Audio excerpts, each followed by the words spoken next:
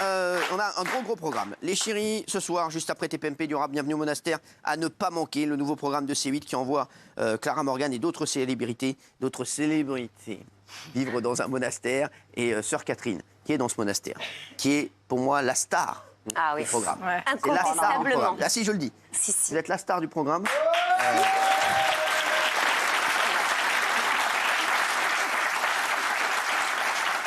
À ne pas manquer ce soir. Alors, on va revenir sur les extraits. On va vous montrer en exclusivité des extraits de ce programme qui est très attendu. Alors, ils n'ont pas le droit au téléphone. Ils n'ont surtout pas le droit de parler en journée. Vous vous rendez compte, pas le droit de parler toute la journée. Vous vous rendez compte, Gilles Verdez? Non, mais sans rigoler. La saison 2, je vais envoyer Gilles Verdez. Non, mais c'est pas On l'accueille. C'est pas une vanne. Je veux Gilles Verdez l'année prochaine. Franchement, je veux Gilles Verdez là-bas. Je sais Gilles pas comment je Verdez vais tenir. là-bas, franchement, ça serait incroyable. Ah ouais. Et Polska serait pas mal aussi. Ah ouais. Hein, franchement, Polska au monastère. Sans téléphone, en plus, pour elle, c'est un peu Ah bah, Polska sans téléphone, sans réseaux sociaux. Coucher à 20h30. Ah non, mais je couche à 20h30. Ah oui. Ah mais franchement, Polska dans Bienvenue au monastère, pas mal aussi. Daniel n'a pas besoin, elle est toute l'année. Regardez, ils n'ont pas le droit de parler en journée, ce qui est un peu compliqué pour les candidats. Regardez. À défaut de pouvoir parler, tout est prétexte à rire. Même un frère qui fait le signe de croix.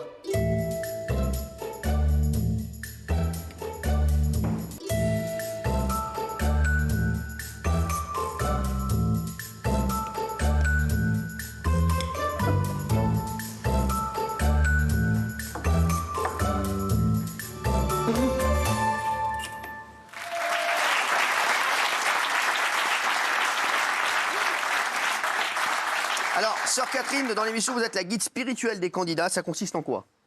En fait, ce qui a été très très beau dans cette émission, dans ce qu'on a fait ensemble à Corbara, c'est en fait, des retraites, on en fait tout le temps et pour tout le monde. Et c'est de faire plonger les gens dans l'intériorité, dans un lien avec l'intérieur, avec nos entrailles, avec l'invisible. Et donc, ils étaient donc une semaine en silence et on les accompagnait pendant cette semaine. Donc, ils avaient 20 minutes de temps avec nous où on pouvait échanger sur différents sujets qui étaient de plus en plus profonds au fur et à mesure de la semaine.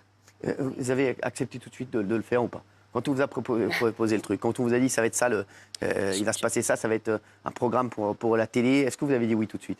Alors, on a l'habitude de faire des retraites, ça, il n'y a pas de souci, j'ai l'habitude. Mais là, le fait que ce soit filmé, c'était quand même quelque chose d'exceptionnel. Mais j'ai dit oui parce que je sentais que c'était là ma place. Alors, vous avez l'habitude de faire des retraites, eux, ils ont l'habitude d'être à la retraite.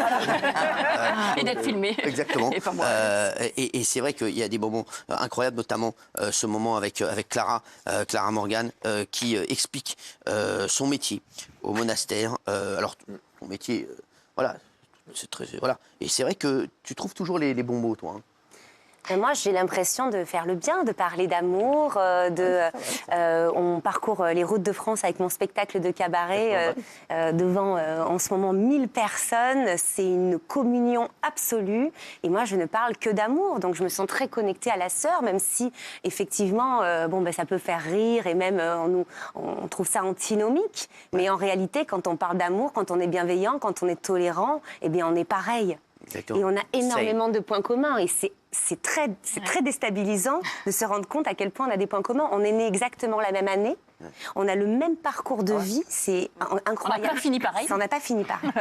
Mais on a le même parcours de vie. On a été élevés par les dominicaines, toutes les deux. On a perdu quelqu'un à 11 ans qui nous a éloignés de la religion. Moi, je n'y suis pas revenue. Et en 2001, j'ai décidé de prendre un grand virage, une grande décision en venant à Paris à 19 ans. Et en fait, c'est la même année où Sœur Catherine est rentrée dans les ordres pour des raisons en fait assez similaires. Et ça prouve qu'on peut faire des choix vraiment très différents en étant presque pareil fondamentalement. Il y a beaucoup de choses qui nous relient. Et je trouve que c'est un très beau message pour l'humanité. Et j'ai insisté pour qu'elle vienne ce soir parce que Sœur Catherine n'aime pas tellement se mettre en avant. Sœur Catherine, alors, comment vous avez pris votre décision? Elle n'aime pas se mettre en avant. L'ego, elle ne connaît pas. Qu'est-ce qui a fait que vous êtes venue? On vous a dit que j'étais gentille? Alors, on m'a dit que vous étiez gentille, ça a joué beaucoup. Ouais. Et puis, Clara m'a appelée et elle m'a dit ce serait beau qu'on le fasse ensemble. Et pour moi, ça avait du sens. En fait, je me suis dit, cette retraite qu'on a vécue avec ces 6 retraitants qui étaient J'avoue, je ne connaissais personne. Clara Morgan, je ne connaissais c'est pas, comme moi, etc. Vous savez que même moi ici, je connais pas. C'est pareil. En fait, on a beaucoup de points communs, nous aussi. Et c'est vrai que, franchement, le programme, il est incroyable. Regardez, on va voir l'extrait, là. Je parlais l'extrait dont je parlais avec Clara. Ça va? Bah oui, toi? Qu'est-ce qu'on fait là? Je sais pas encore. On a un message.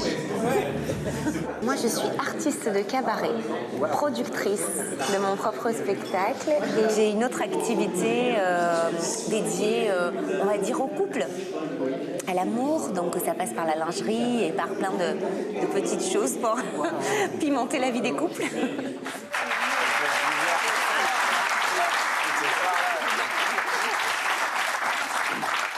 Oui, alors c'est ce soir dans le monastère. Clara, vous avez tout de suite accepté quand on vous l'a proposé?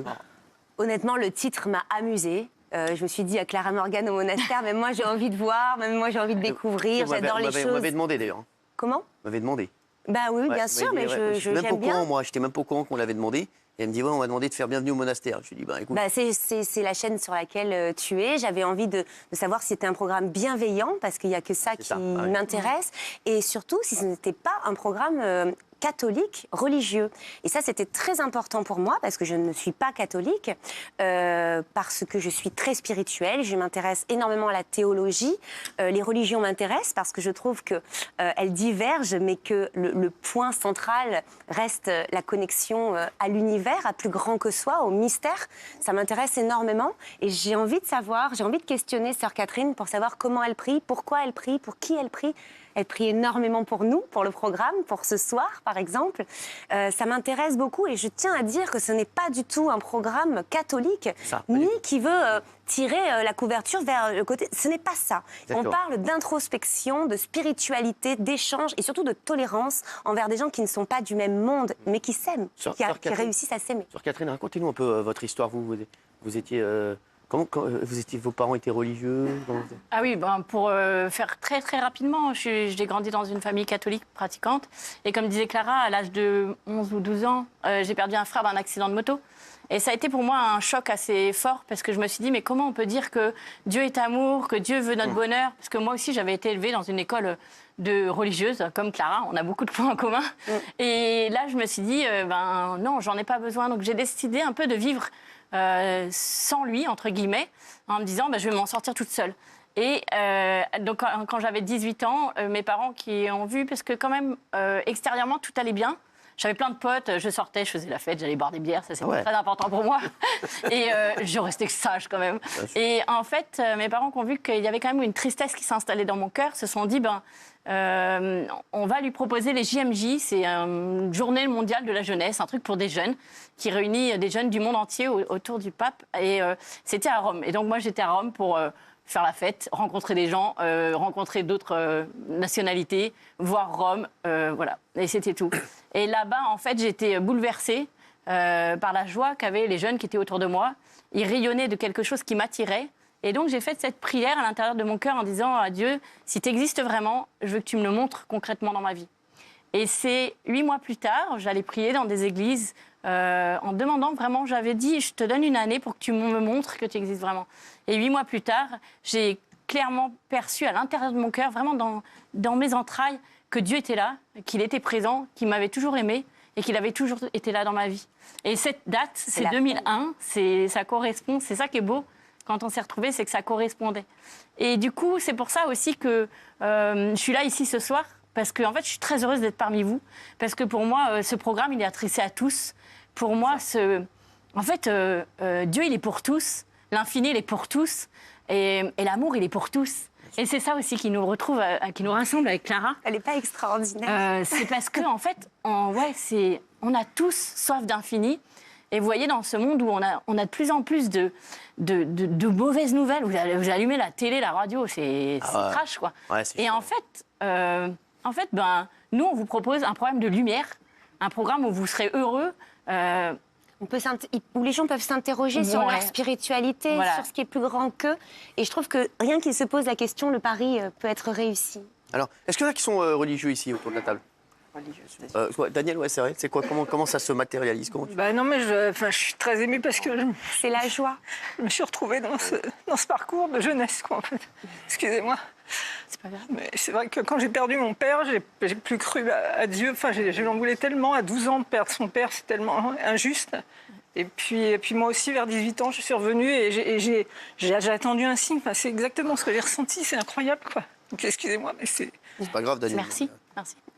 Mais moi, il n'a pas fait de signe. Et puis, j'étais peut-être aussi dans la futilité. J'ai choisi une voie de futilité. Mais bon, voilà. Mais c'est incroyable ce que vous me racontez parce que je me suis retrouvée. Ce qui est le plus frappant chez Sœur Catherine, c'est qu'elle a décidé de n'être que joie.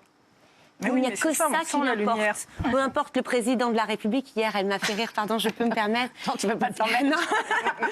Parce qu'il demandait qui Vas-y. était Gabriel Attal, parce qu'elle s'en fiche complètement. Et il y a le chauffeur qui lui dit, vous savez qu'on a changé de Premier ministre, elle n'était même pas au courant, parce que, en fait, nous, on est tellement connectés. Non, mais c'est beau, on est connectés à cette réalité incessante qui enfin, je veux dire... on veut des infos, on veut être connecté, Et en fait, Sœur Catherine, en fait, elle veut juste que les gens soient heureux. Toute sa vie, parce que je peux dire ce qu'est ta vie. Oui, comme elle déballe ma vie, allons-y. Je vais faire simple. Ouais. En fait, Sœur Catherine a donné sa vie aux jeunes. Via sa communauté, elle va aider des jeunes dans la rue qui sont délinquants, qui peuvent être désœuvrés ou abandonnés, et elle apporte son aide. En fait, elle a donné sa vie à l'humanité. Elle a renoncé à être mère, elle a renoncé à son ego, et moi, je trouve ça tellement inspirant quand on se sent une bonne personne et qu'on est face à Sœur Catherine, et bien on remet un peu tout en cause, parce que nous, on agit par ego, parce que, voilà, bien sûr qu'on a envie d'être humaniste, mais elle est la vraie humaniste. Je pense que dans ce monde où c'est marrant, c'est vous qui lisez beaucoup Hartmut Rosa, qui est un philosophe, qui parle Hartmut Rosa. Tu fais pas des cuisines aussi? Non, ça je connais pas ça. Je travaille pas chez Cuisine Schmitt. Il parle de l'accélération et en fait il parle de la résonance. Et je pense qu'on est tous appelés à écouter cette résonance qui est en nous, cette vibration qui est en nous et qui est adressée à tous. C'est Hartmut qui a dit ça, non? Hartmut Rosa. Elle a connais, fait il joue au Bayern Munich. Il joue au Bayern de Munich, moi je le sais l'année dernière. Non mais j'adore. Hein. Franchement, moi je peux écouter Sœur Catherine. Autant vous, non. Autant Sœur Catherine, oui. Sœur Catherine, il paraît que vous avez rêvé de l'émission avant de venir. C'est quoi l'histoire? J'ai beaucoup prié avant de venir ici. Pour moi, c'est complètement nouveau de venir sur un plateau. En direct, hein, vous avez vu. Voilà, exactement. Je suis très heureuse de voir tous et de voir tous ceux qui regardent et regarder l'émission. En fait, vous allez être touchés par cette émission qui s'adresse à tous, qui est universelle. Les 6 retraitants que moi j'ai découverts, Jean-Marc Généreux, Simon Castaldi, Fabienne Cara, Delphine Vespizer, Paul Elkarat, notre bien-aimée Clara, ils étaient tous, en fait, ils ont tous joué le jeu. Ils ont tous joué le jeu du silence, de se couper du monde, de l'intériorité. Ils parlaient un peu. Il y en a qui n'ont pas réussi, hein, mais on a essayé. Et en fait, ça a donné des choses qui sont très, très fortes, très, très belles et que vous verrez tout au long de l'émission. Merci, Sœur Catherine. Merci, Clara Morgan, d'être avec nous.